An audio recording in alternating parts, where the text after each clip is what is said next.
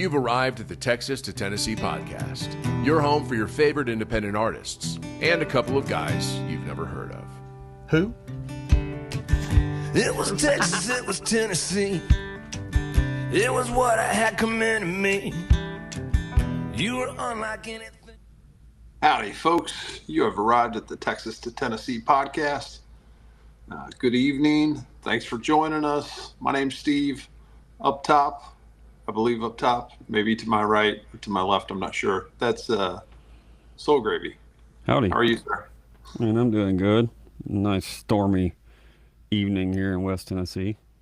It's storms rolled through here pretty hot and heavy. Just a little. My dog is in recovery mode. He's not a big fan of the thunderstorms, so Yeah, he's a pretty tough dog. But man, he doesn't like the storm. So I understand. if you are joining us on YouTube or TikTok or Facebook, we're super appreciative. Thank you for that. We'd also like to thank Evan Boyer and Adam Hood for the wonderful intro. Always puts a smile on our faces. Mm-hmm. Somebody asked, how can we support Soul Gravy in this endeavor to bring in amazing artists? I piped up and said, please send them loads of cash. If you can't do that, you can subscribe for free wherever you watch. But we appreciate you being here. Chat it up in the comments, and we will do our best to keep an eye and edit those as much as possible and ask them. But other than that, I've been looking forward to, I look forward to all of them, but I'm looking forward to this one. Our friend Cameron Albright has joined us tonight. How are you, sir? Hey, doing great. Thanks for having me. Well, we do, you can say thanks, but you should probably wait until you get to the end. You keep saying that, man. I'm getting really worried now. It's true. It's true. We've had a few that have been like, I'm not sure that was a great idea. No. Just a couple. Anyway, we appreciate you being here and hanging out with us tonight. We want to get to know you a little bit better. I think maybe to get started, do you mind taking a couple minutes and giving us a little bit of your backstory? Yeah, absolutely. Well, I grew up in New Braunfels, Texas, kind of just a great spot for music, and kind of close to Austin, close to San Marcos, and kind of grew up in a musical family. My dad was always playing guitar around the house and writing songs, and kind of just for himself, not really professionally or anything, but he's extremely talented. And if you kind of heard the way that he sings and kind of the way that I sing, they're kind of very similar. But man, he was just kind of leaving the guitar in the corner of the living room all the time, and I'd get home from school or something, and everyone would be working, or I'd be alone, and I'd pick that thing up and just kind of start jamming on it, when I only knew maybe 3 or 4 chords, and kind of just started making up songs, then freestyle and stuff before I even knew what I was doing. I just remember it being really inspiring and just having a ton of fun, just kind of sitting there and making stuff up. And not really till later on, and kind of in high school, did I start kind of writing a little more seriously. And I'd never really stepped foot on a stage, which is crazy to say because there's just so much local music around here. But I had stage fright for a long time, and it kind of took me going up to Texas State in San Marcos. That's where I went to school, graduated from a couple of years ago. And I met some other dudes that, wrote songs like me and were like me, and they kind of brought me into Cheatham Street Warehouse one day on a Wednesday. And I don't know if you know Cheatham Street, a legendary historical where George Strait got his start, Randy Rogers, and just a long list of people. And Kent Finley started a songwriters night there long time ago.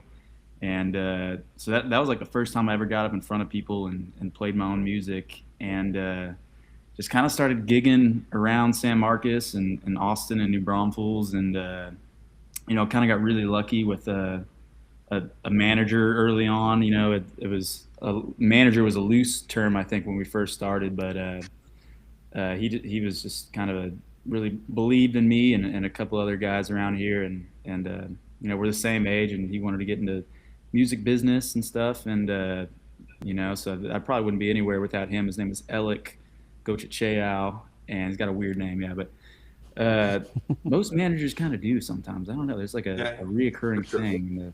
Whatever. Shout out Alec. He's the man.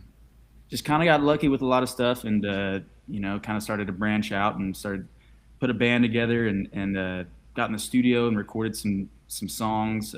Which the first few I don't know how good they are, but they are still out there if you want to go check that out.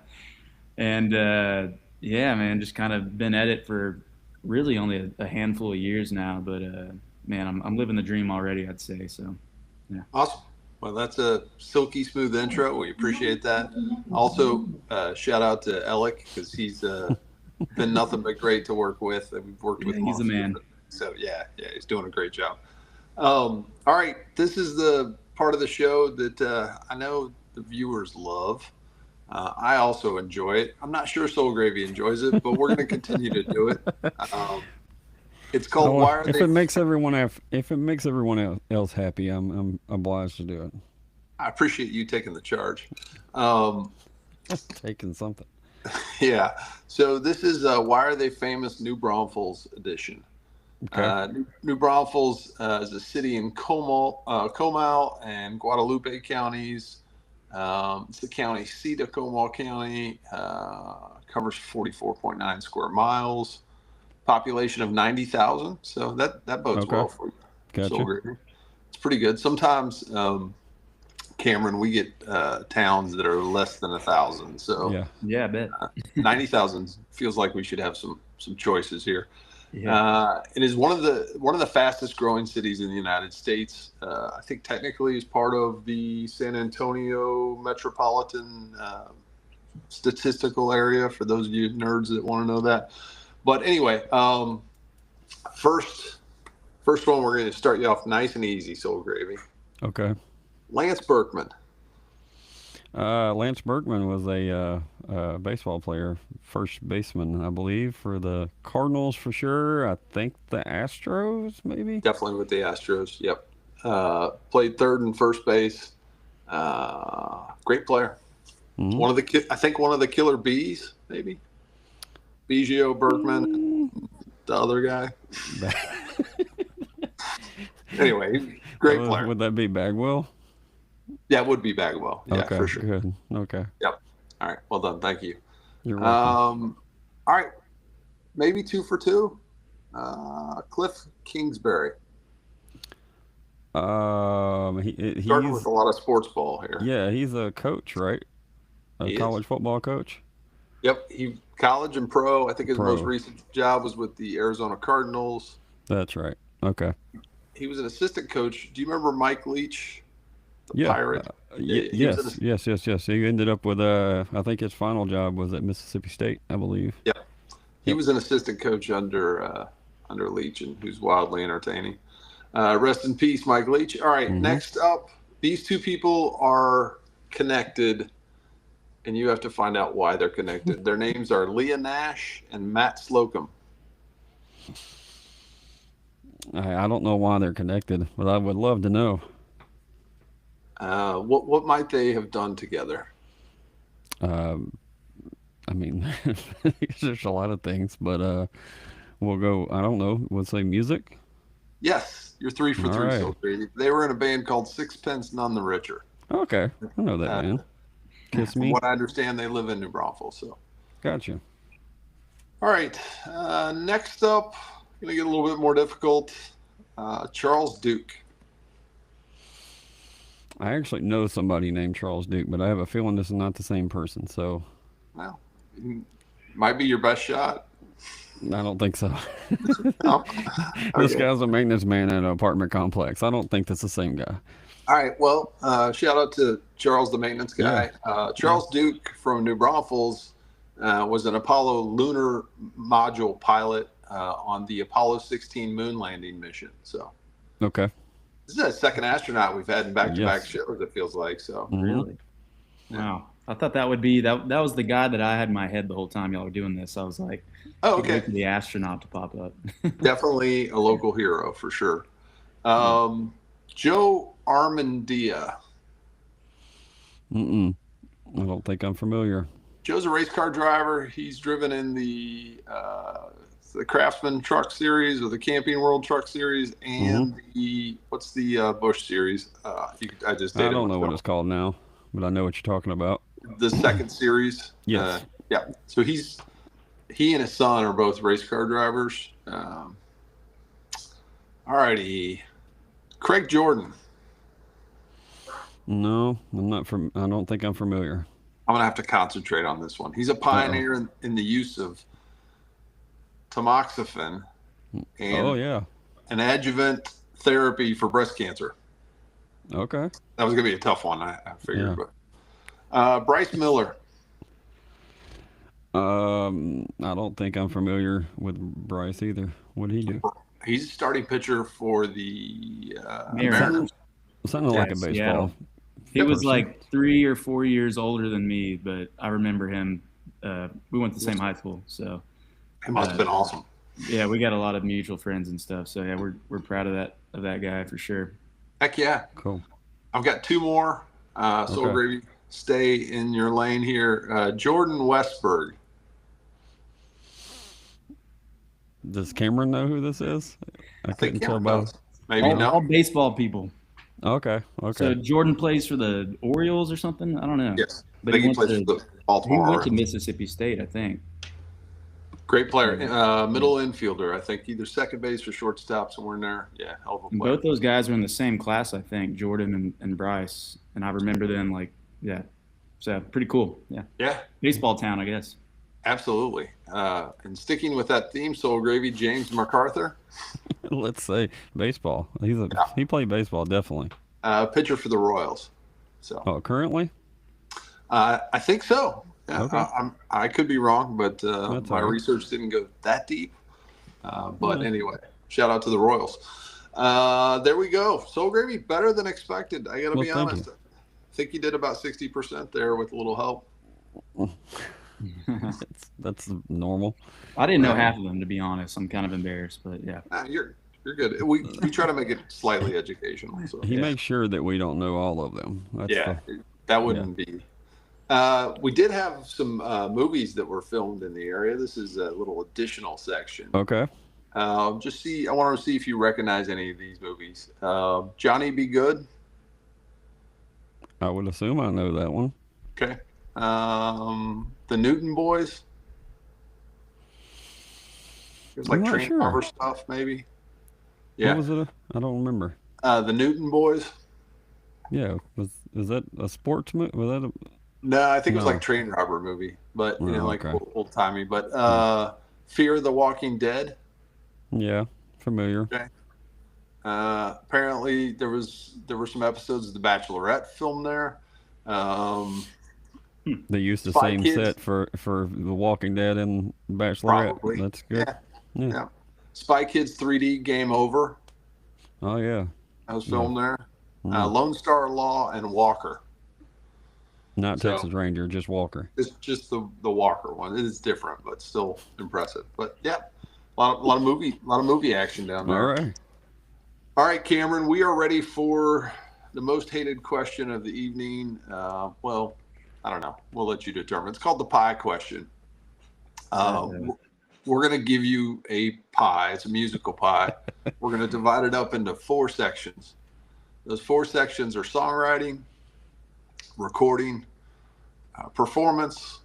Then the 4th piece of the pie is all the stuff that you love doing, like podcasts with middle-aged older men, social media, changing tires on vans, maybe some of the stuff you didn't know exactly that you were going to be doing, but you end up spending time doing that stuff. So those are the 4 pieces of pie. Which one of those pieces is closest to home for you? Did you say is songwriting one of them? Yeah, songwriting is first, recording, performing, and then all the other stuff. I'd say the songwriting first, probably. Yeah, I know you touched on that a little bit, just kind of as you've started to stumble into songwriting. It's kind of as a teenager or whatnot.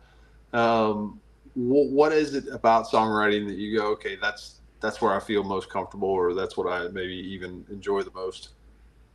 Yeah, I think Well, I mean, I'd have nothing to sing if I didn't write songs. I guess I could sing other people's songs, but Sure. not my style. But yeah, I just there's something kind of really special about songwriting. It's kind of like an ethereal thing. Like I can sit down every day. It's like going fishing, right? I can go fishing every day, but it doesn't mean I'm going to catch something every day. So Sure. a lot of it is just like my favorite songs that I've ever written kind of just seem like they've kind of fallen from the sky in some way, like a gift from God or something. Like I look back at it and I'm like, how did I write that? That's either weird or good, or it's just how did I think of that? So I think there's just something kind of really special about it, and above us and me, and it's definitely the most rewarding part of this all, I think. Like my favorite song that I've written is always the song I just wrote. So I'm like, Sure. I love it for like 2 weeks, and I play it out. Like the first time playing it live, it's just like the best feeling. And then I play it for a year, and I'm like, is it still good? I don't know. So it kind of like there's some weird stuff involved with kind of your perspective on the writing and the art. But yeah, I'd say just my favorite type of artists are good songwriters. Jason Isbell, James McMurtry, and yeah, the list goes on and on and on. But Yep. yeah. So inspiration wise, I know you said sometimes it kind of just falls into your lap or some version of that. Do you happen to find certain things about your environment that maybe give you a little inspiration, or is it just like your brain's not necessarily conscious of what is inspiring you? Yeah, I don't know. It's a good question. It's definitely one that I probably ask myself every day. But I mean, a lot of it is like is not trying too hard. Like my favorite songs were all kind of accidents. Like I just kind of sat down with the guitar and started playing something that I liked, and then I accidentally said a word, and then I go, what was that? And then I kind of reverse engineer it, and I got to go back and figure out what I said and why I liked it, why it made, and then I got to make it make sense, and then So I don't know. It's like the songs are our currency, right? Like that's where it starts. We need those. So I think I sit around most days kind of freaking out, going, man, I need to write a song. I need to try to write a song. Like I'm like, got any melodies? Got any lyrics? And like like just like an addict for the kind of the high that you get off of the creative process, and how rewarding that is. Definitely. Are you a notes in the phone kind of guy? Because I know sometimes those things will hit you when you're not necessarily like ready to receive them.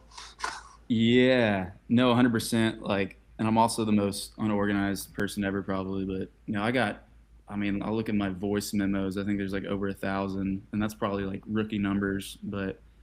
And half of them, I will admit, are just me mumbling something at 2 a.m. that's like, I don't know what it is, but I'll wake up the next day, or I'll find it in a couple of weeks, and I'll go, wait a second, what was that? And then I'll kind of be like, oh, maybe I can try to write that song today. So when the inspiration strikes, having the phone is definitely like super, super awesome, because you can just kind of, hum a melody into it or write something down. So, yeah. And then maybe just to dig in a little bit more on some folks that we talk to are pretty protective of their songwriting, and some folks are super open to kind of collaborating with others. Do you have a side that you fall into, or a preference, or?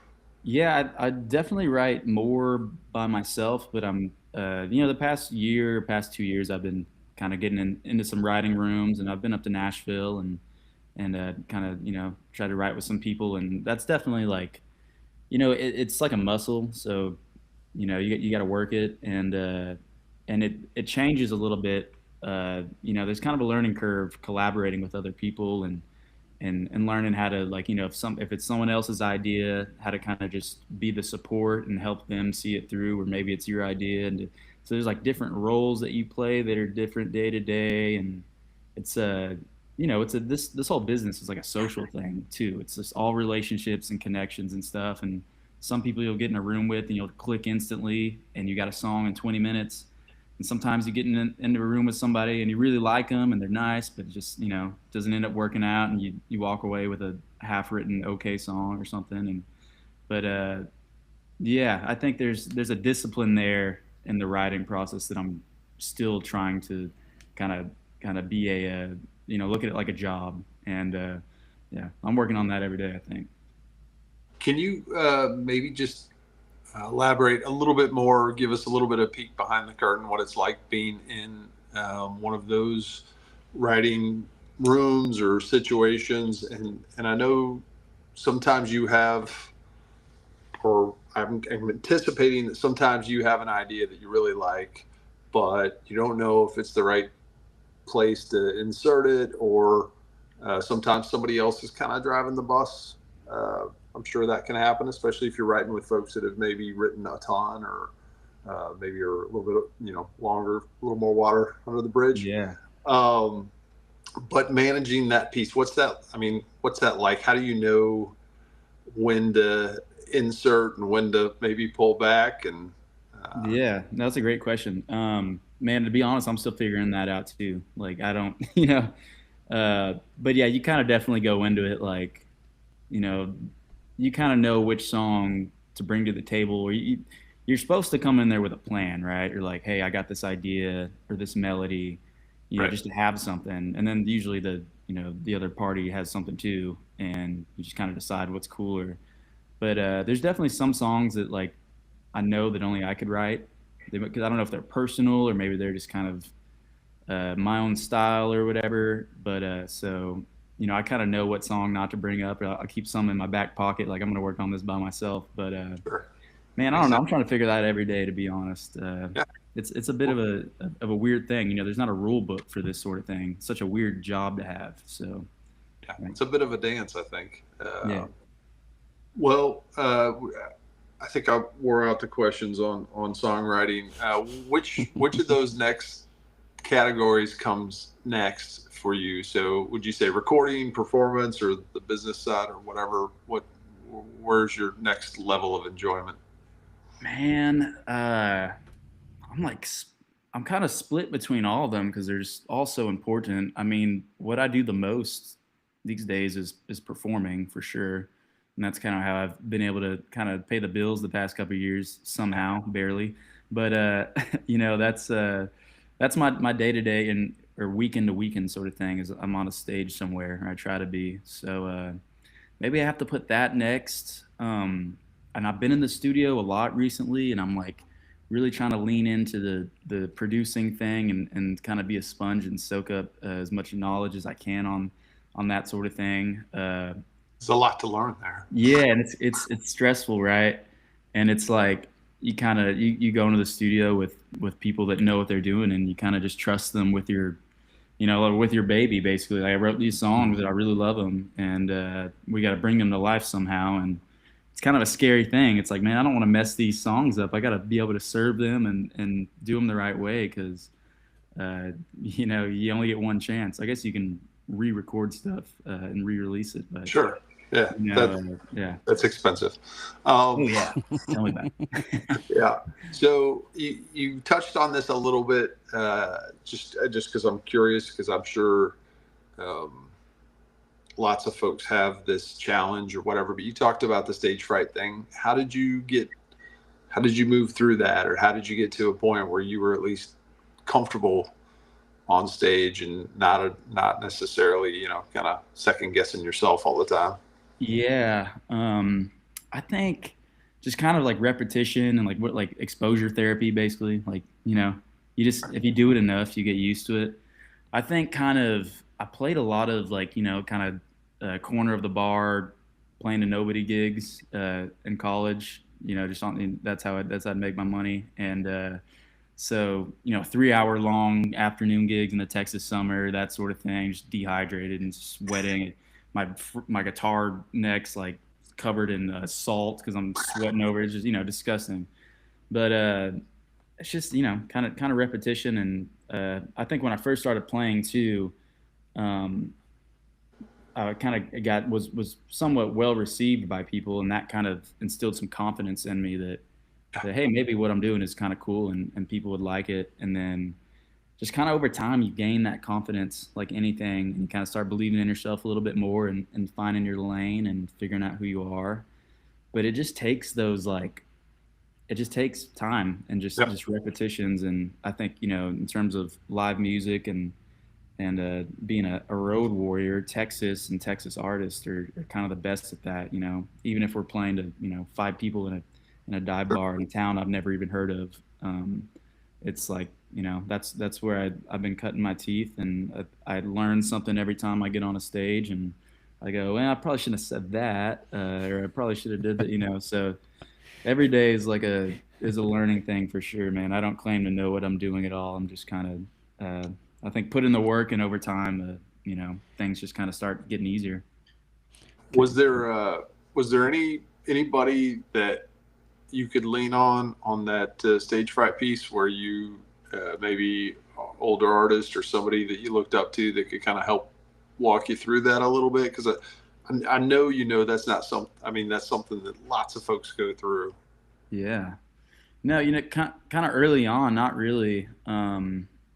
But kind of now, talking to people, I've heard that a lot, and I'd be talking to somebody that's just been at it for forever and is a legend, like in the Texas music scene, and played 10,000 shows, and they still say, yeah, like I freak out sometimes, and I can't imagine what that's like. Like, I'm not playing or headlining big shows or anything, so I couldn't imagine kind of like having that pressure. And I'm sure it's just something you get used to, like I said, over time. But when you got 5,000 people out there waiting to see you, I'm sure that's a different ball game for sure. And maybe someday I'll be lucky enough to know what that feels like, and I'm bringing it on. I'm not scared at all. But nice. Yeah, it's we're all human, and it's a lot standing up there sometimes, just for the nervous system, right? Just and sometimes you kind of get a little freaked out, but honestly, these days, man, I'm having a blast on stage. I can't really tell you the last time I was really, really kind of freaked out. Man, I don't know. I'm pretty confident these days. I'm happy to say that. That's great. Fantastic. Well, I wasn't. One thing that Cameron learned not to, do on stage was why are they famous in every little small town in Texas? He was like, oh man, this doesn't work near as good as it did on that podcast. But one thing I want to point out real quick, when I was kind of, doing the research part of this thing, is core influences. Like I knew we were going to be friends right off the bat because it said the top 2 names was Chris Knight and Hayes Carl. And I'm like, okay, that's right up my alley. That's for sure. Especially on both of those guys, but Chris Knight is one of my all-time favorite songwriters in general. So yeah, absolutely, man. That's all kind of from my dad. Just growing up, because I'm trying to think, when like Chris's and Hayes's first kind of breakout records came out. Right. I was maybe 5 years old, really young. And but my dad was playing all the that scene. And I hesitate to call it Texas country because Chris Knight's not from Texas, but it was Sonny LaRue and Wade Bowen and Randy and those guys, but also some of the songwriter guys, Hayes Carl and Chris and James McMurtry, and so that's like definitely a big kind of influence for me. But I'm the biggest Ryan Adams fan in the world, man. I'm a huge John Mayer fan. So I kind of branch out a little bit from that and kind of try to take those things, but kind of blend it all together. And but yeah, definitely songwriter stuff is what I love. So I was going to skip this question, but it actually you and Steve started talking about that. You're talking about getting confidence and having some success early on with your playing your own songs. Do you remember a time, a place, a person that was early on that is not your family? Do you remember somebody that one of those moments where they were listening to your songs and let you know about it? I mean, yeah. I'm trying to think early on. I had just some good buddies. I guess just in general, the reason why I asked that question is because I know it can be rewarding and kind of put fuel in the tank for because the hardest thing to do is to get people to listen. So whenever they actually do listen, I'm sure that is extremely rewarding. So Yeah, that's the for reason sure. behind that. I mean, especially when it's coming from somebody you look up to. But kind of like a little more new in the past year, I've gotten to know Randy Rogers pretty well. He's actually my manager, part of his Dreamer Management thing. I don't know if y'all are familiar with that, but so he's just kind of been a really awesome mentor to me. And when somebody like Randy tells you what you're doing is good and cool, yeah, you kind of start carrying yourself a little bit differently. You kind of start believing in yourself a little bit more. And yeah, there's a handful of those guys that I just look up to that have been super nice and kind of made me believe in myself when I didn't. So yeah. And then I got some really good friends too, like in high school where like, Cameron, you need to get on stage, like pushing me to do it. And because I'd sit around, and play for them. And my dad's still my biggest fan in the world. And he never forced me to do it. He always said, if you want to go do it, you can do it. He wasn't one of those dads that was, making me get up on stage and stuff. And which is kind of an awesome thing, because I ended up kind of finding my own way and doing it on my own. And yeah, he's super proud of me. So I got a lot of, I'm very grateful to have a lot of good people kind of around me, supporting me, making my vision easy and my goals. Yeah. I'll let you get in your head too much. When you were playing those early on gigs, and maybe even some of the, if you do, I don't know if you still do any cover gigs at all, but what was, especially early on, what was some of the folks, who were you covering? What were some of your go-to songs that you actually liked to play? It's all the this scenes kind of thing. I'm the hugest fan of Turnpike. Evan Felker's just probably my top 4 favorite songwriters. So gotcha. I don't know, I could probably play like any Turnpike song and whatever. And that like really works in this area of Texas, because everybody, like, that's like the popular music here, especially at a bar. And everyone wants to hear kind of all the Texas country or red dirt hits. And yeah, and then got to throw some George Strait in there, and then sometimes I throw stuff in that people have no clue what it is, and they're like, "Is that your song?" And I'm like, "Nope." But honestly, I was the worst at cover gigs, because I'd be playing like the most, like, nobody knows what these songs are, but they're like, yeah, I don't know. But yeah. Understand. I mean, even in West Tennessee, I'm lucky when somebody's in the bar that knows Turnpike. So wow. That's a win for me when that happens. I break the ice by wearing a band shirt. That way, if they know, if I got a Shane Smith and the Saints shirt on, then and they ask for one, then that breaks the ice. Did we just in a Hotel Turkey friends? Cap? Is that what I'm seeing?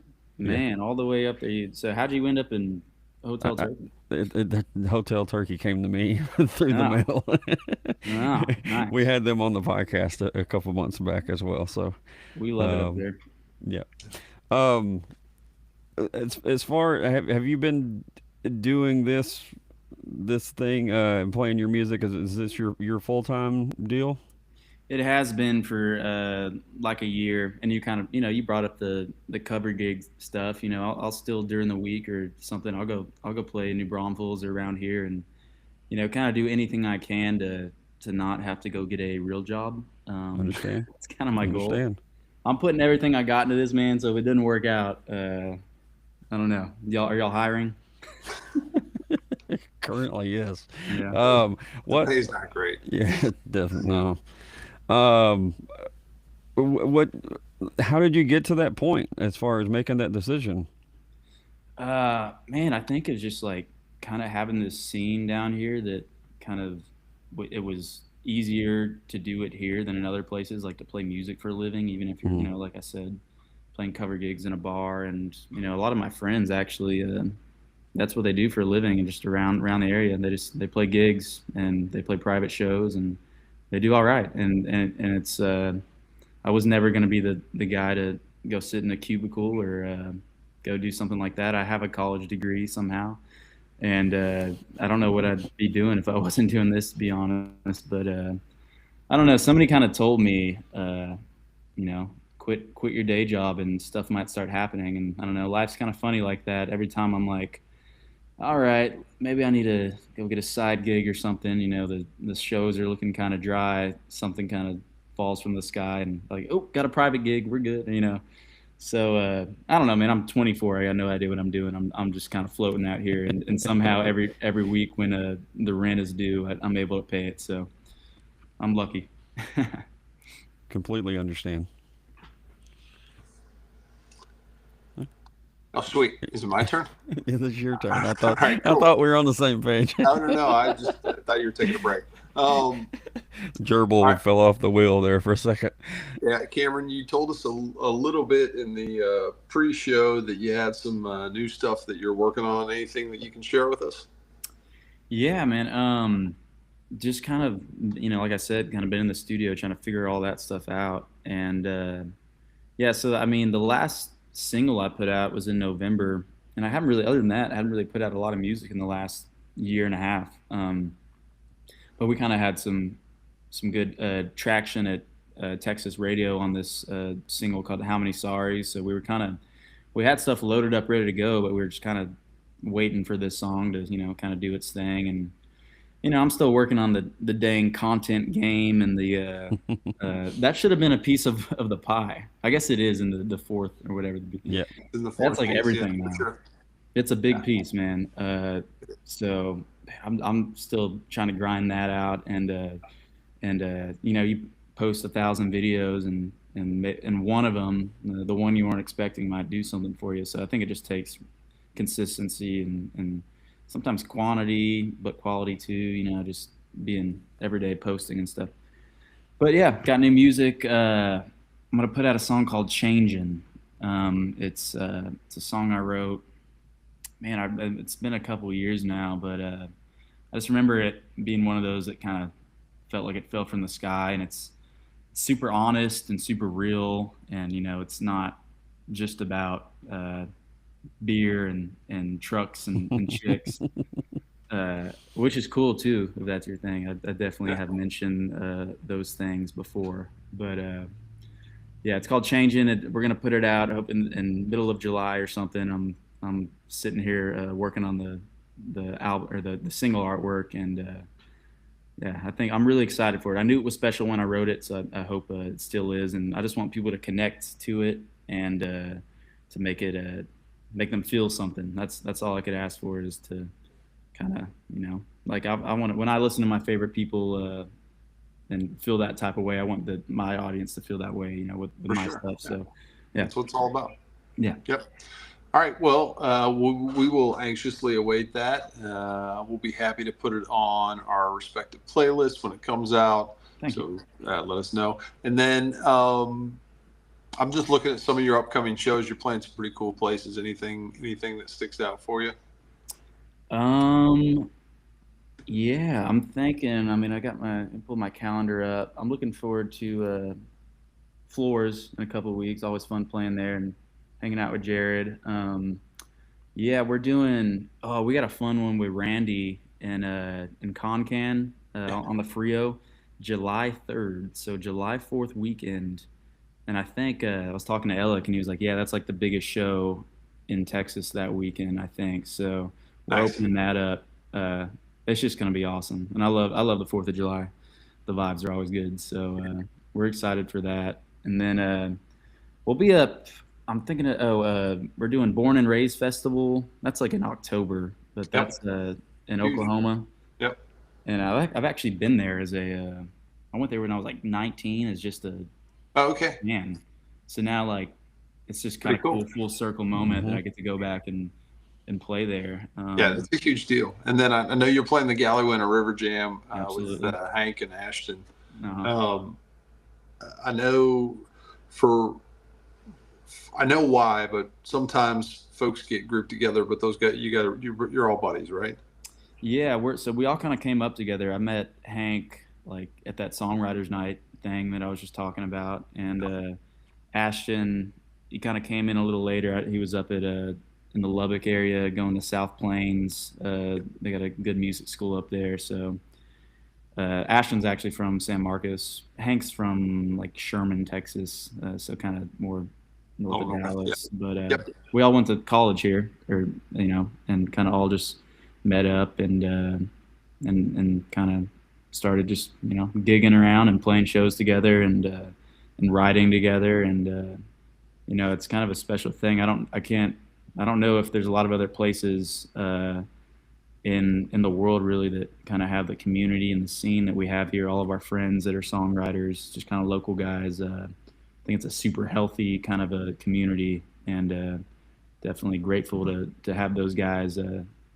We're kind of going at it at the same time, all trying to come up, make our way up the ladder, and but I think we got a pretty healthy thing, and we kind of really celebrate everybody, and we don't get too jealous, I don't think so.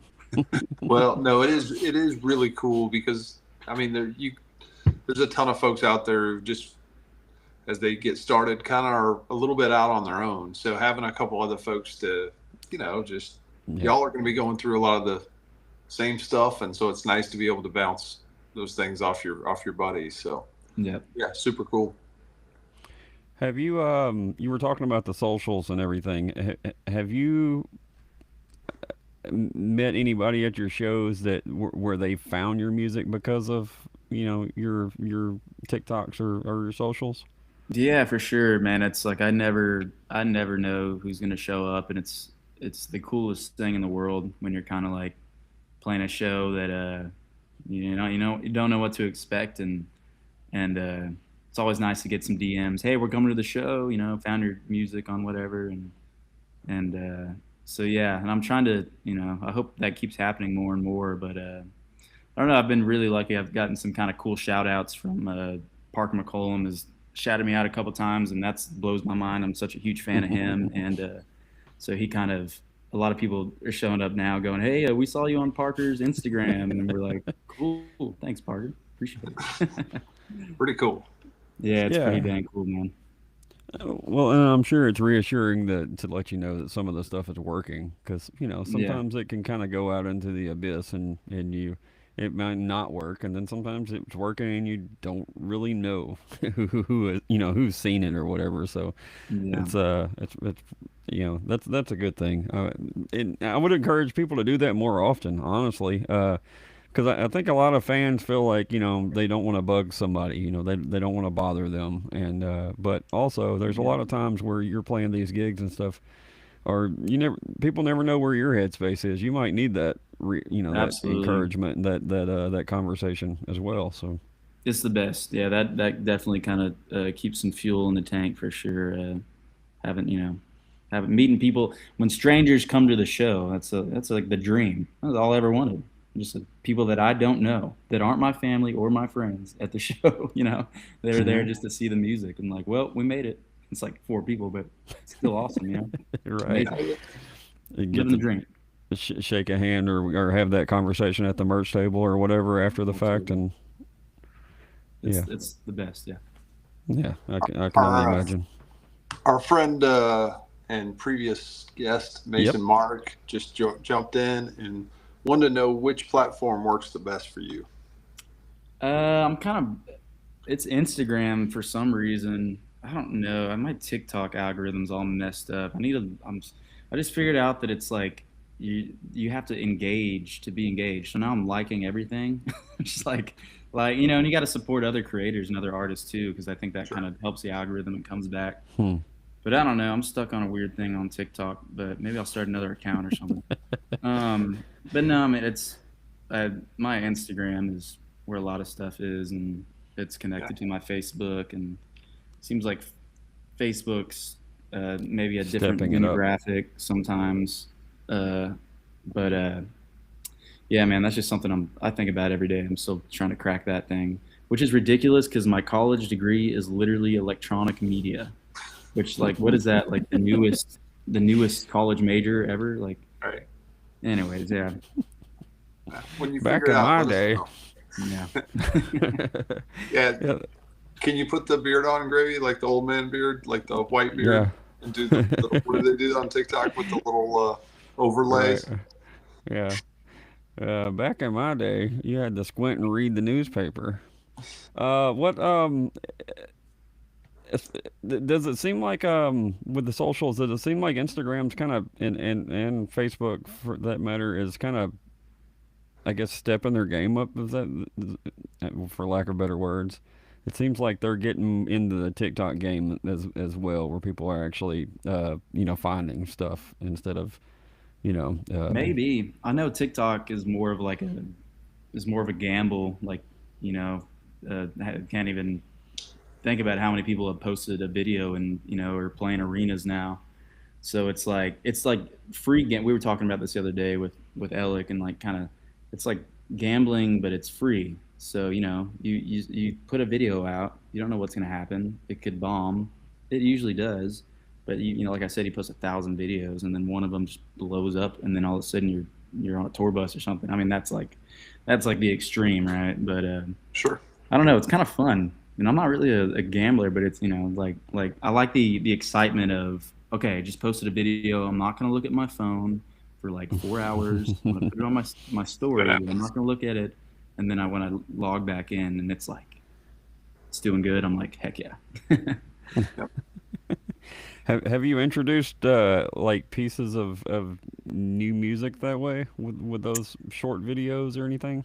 Yeah, definitely. That's kind of kind of planning like a rollout for a new single. It's you want to stack some content and just kind of, in some ways, just kind of shoving it down people's throats. Like, like to the point where they go, all right, this song's been in my head all day and I have no idea what it is. I guess I got to go look it up now.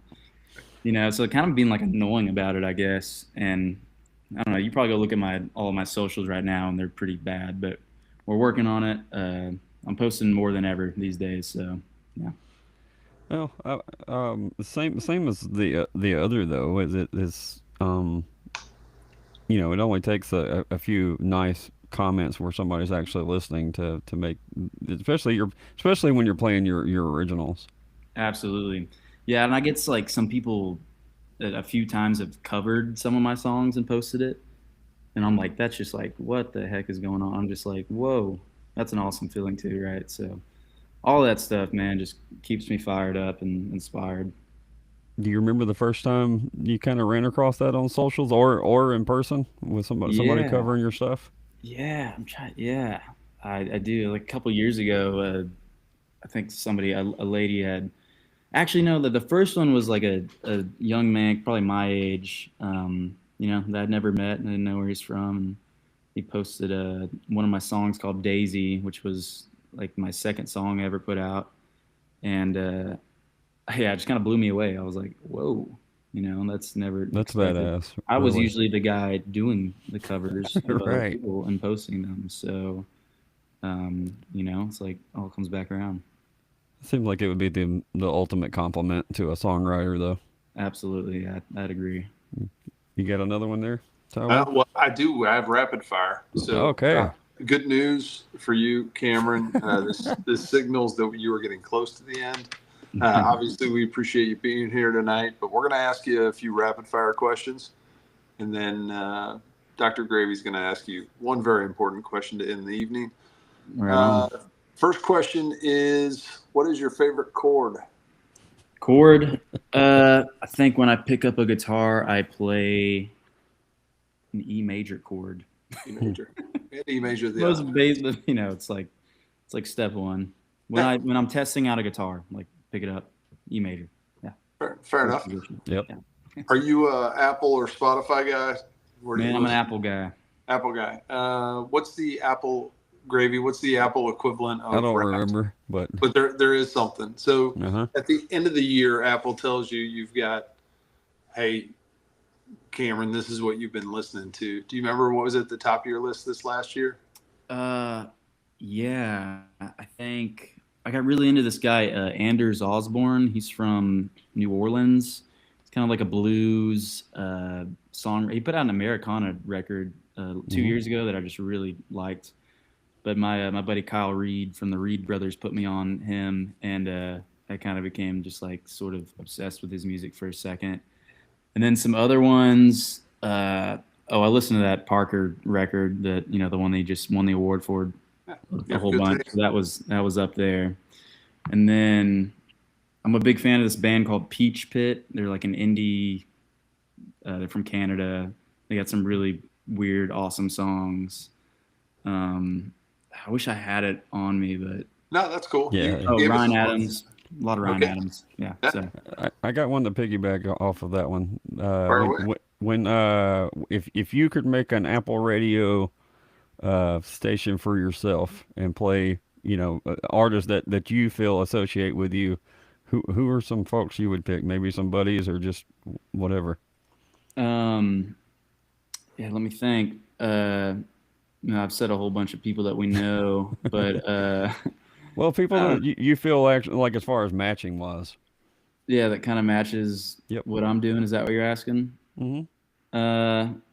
Yeah, I just keep bringing up the Ryan Adams and the John Mayer and the thing like that. But that's good people to bring up. It's all right. Shout out to the Reed brothers. They're going to be joining. Yeah, they're going to be joining the podcast here in the next couple months. They've been around for a little bit, but for whatever reason, I didn't find them until recently. So I'm super excited because their music is really solid. So yep, incredible. That's not part of the rapid fire, but I just thought I'd add that. All right, in an alternate universe, Cameron, you are starting a podcast. I want to know who is going to be your first guest. Mm-hmm. It could be anybody. It doesn't have to be music. It could be anybody. I don't know. I'd have to get Mark Norman on there, I think. He's a comedian. Big Mark Norman guy. All right. Nice. I watch all of his podcasts, so I'd get him on there. I don't know. I like the world of comedy, so there's some guys on there, Theo Vaughn and all that. So sure. That'd be a good place to start. Yep. All right. I know you've seen a few. Tell me what your ideal green room looks like. Ideal green room. The ability to change the lighting from dim lit to bright or however you're feeling. I like some plants. I like some nature, some greenery. Tons of water. A snack tray. Solid. Meat, cheese, olives, crackers, all day. A bottle of tequila, all day. I'm trying to think of something like peculiar though. Oh, enough seating. That's like enough places. One place you can lay down, and then enough chairs for the whole crew. Nice. And a shower. Please, a shower is like every time we're in agreement with a shower, we're like, oh my gosh, we made it. There you go. Yeah, living right. I want to know the first concert that you attended, and maybe the first concert that you paid to. But I don't know. Maybe you've been able to ride the wave and not have to pay for any concerts. But I don't know. Let me think. My dad was always kind of taking me to shows. He took me, speaking of Hayes Carl, when Hayes was he was at what's the record store in Dallas? Chief. So I don't know if they're still Chief around. Records? Maybe one in Fort Worth or no? No, Dallas? one in Dallas. I was born in Dallas and kind of lived there the first few years of my life. But my dad, Hayes Carl, was working his, I forget which record it was. Is one of the big ones that kind of broke him out, and he was doing a in-store signing and a little cool show. And I might have been like 5 or 6 years old, but I remember my dad taking me there and putting me on his shoulders and kind of maybe something switched in my brain there. Like, this is interesting. Was the first time I've seen someone like play music. So yeah, that's probably a cool memory. All right, that's good. Bucket list venue. I'd like one inside the state of Texas and then one outside of the state of Texas that you would like to play. One inside the state of Texas. I haven't headlined Green Hall yet, and that's kind of my hometown. That would be just, I could retire after I headline Green Hall. For sure. But I don't know. Outside of Texas, I'm trying to think if there's any more in Texas that I'm forgetting. There probably is, but Outside of Texas, I mean, everybody says Red Rocks. Probably that's like the obvious answer. I don't know. There's some pretty cool venues. What's that one in? I don't know where it's like the Gorge or something. It's like the crazy. Was that? Yeah. Where even? Oregon, I think, or Washington, Oregon. It's somewhere way up there. Yep. That spot looks awesome. Anywhere that's like outside with like a nature vibe thing, I'm all in. Pretty cool. Sign me up. All right, couple more, and then I'm going to hand you off to Soul Gravy for the final big question. We get to add your music to any soundtrack. When I say we, you. What movie or TV show would you like to see your music on? Oh my gosh, let me think. I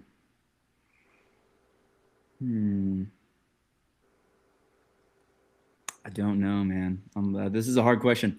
I mean, feels like what are these new shows like Landman and everything are really shouting everybody out. And I've got some buddies that was talking to my buddy Dano Simpson. He got a song on Landman, and just kind of hearing how cool that's been and how nice the check was.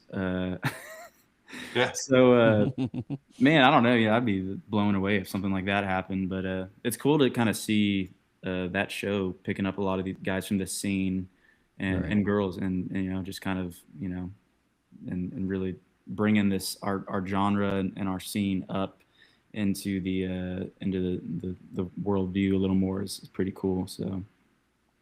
All right, and then my last rapid fire question is, what is something that you can't leave Buc-ee's without?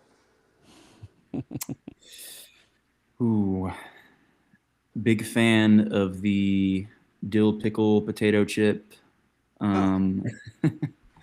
Big fan of the, I don't know, keep me away from all the cookies and all that stuff though, because that stuff's like, it's too good. I can't go over there. Honestly, dude, like the Buc-ee's, I'm not a Buc-ee's hater. I'm not like, I love Buc-ee's. It's the nicest bathrooms. It's the nicest. But dude, on a Saturday in Texas, like in the springtime, trying to get in and out of there is just the most annoying thing in the world. And you wake up from a nap in the back of the van and you're all cranky and you're just like in a time warp trying to get to the bathroom, navigating like toddlers, and it's just crazy. So yeah, like Buc-ee's, but sometimes we kind of don't. We'll keep going down the road someday. Totally get it. All right, well, you have successfully completed the rapid fire. Sweet. Your turn, Dr. Gravy. All right, y'all make sure you go follow Cameron on all of his socials, and any of his videos you come upon. Please like, comment, and share, and all that stuff. Let folks know, especially all these independent guys. Let them know you saw their stuff. Say hello, even if it's just on social media. And wherever you stream your music, go hit the follow buttons over there. It helps the whole game. And when they release new music like Cameron's gonna have coming out as soon as possible, you'll be notified. So it's free. Make sure you do that and help fellas out. All right. This is not as important as the rest of that stuff. Well, maybe it is to some folks. But it started as a joke on episode 1, and now, Cameron, the world needs to know what your favorite Little Debbie snack is. I like this question. Because it's hard, because they're all so good.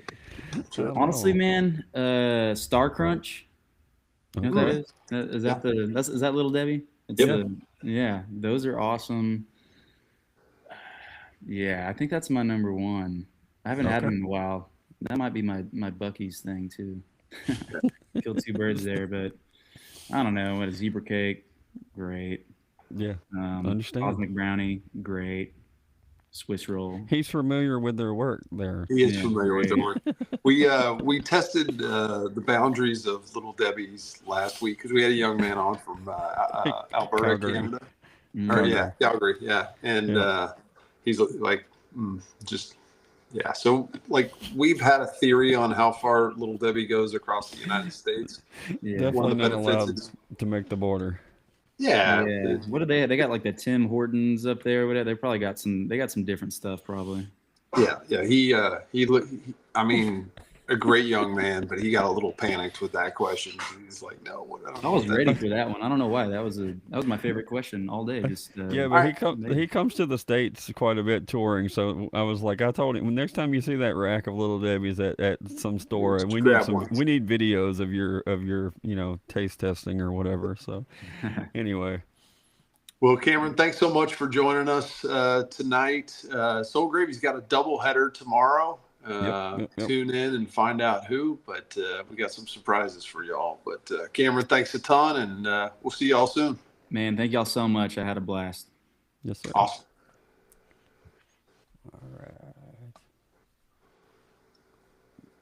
My mouse wasn't wanting to